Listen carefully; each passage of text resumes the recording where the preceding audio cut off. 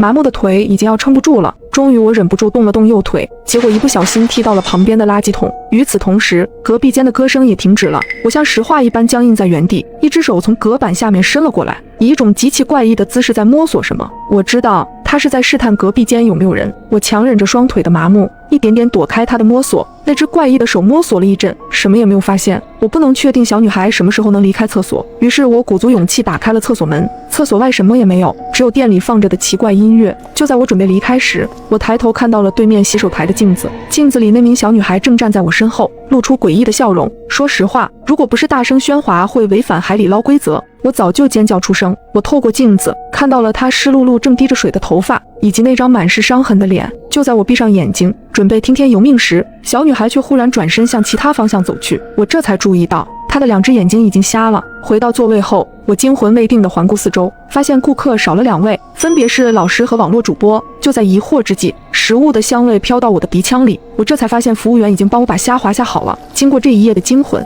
我的肚子早就饿了，正准备吃点虾滑垫垫肚子，忽然感到脚下有什么东西在蹭我。我低头一看，一只小狗正趴在我的脚下。我倒吸一口凉气，因为这只小狗没有皮毛，它不会就是规则里提到的宠物狗吧？我急忙把番茄锅里的虾滑端到小狗面前，小狗把头伸向盘中大快朵颐。它每多吃1块虾滑，皮肉就长出1分。一整盘虾滑吃完后，它恢复成正常小狗的模样。就在这时，厕所发出一声巨响，网络主播从厕所里冲出来，头发凌乱，眼神恍惚。色眯眯的老师也从厕所里出来。你这个恶魔！老师挑了挑眉，神态淡漠。不是苏小姐你约我的吗？网络主播咬牙切齿。要不是你骗我说已经找到了隐藏的规则制定者，我才不会委身。老师打断了网络主播的话。看看你杯子里的饮料吧。网络主播这才缓过神来，他惊恐地看向桌子，他的杯子里空空如也。苏小姐，不好意思了，我在你去厕所赴约的时候，一不小心把饮料打翻了。苏小姐，你不会怪我吧？你这个疯子，我要嘎了你！网络主播彻底失去理智，他疯了般地扑向那位猥琐的老师。穿着红马甲的服务员又出现了，拦住了网络主播的去路。3号玩家暴力行凶，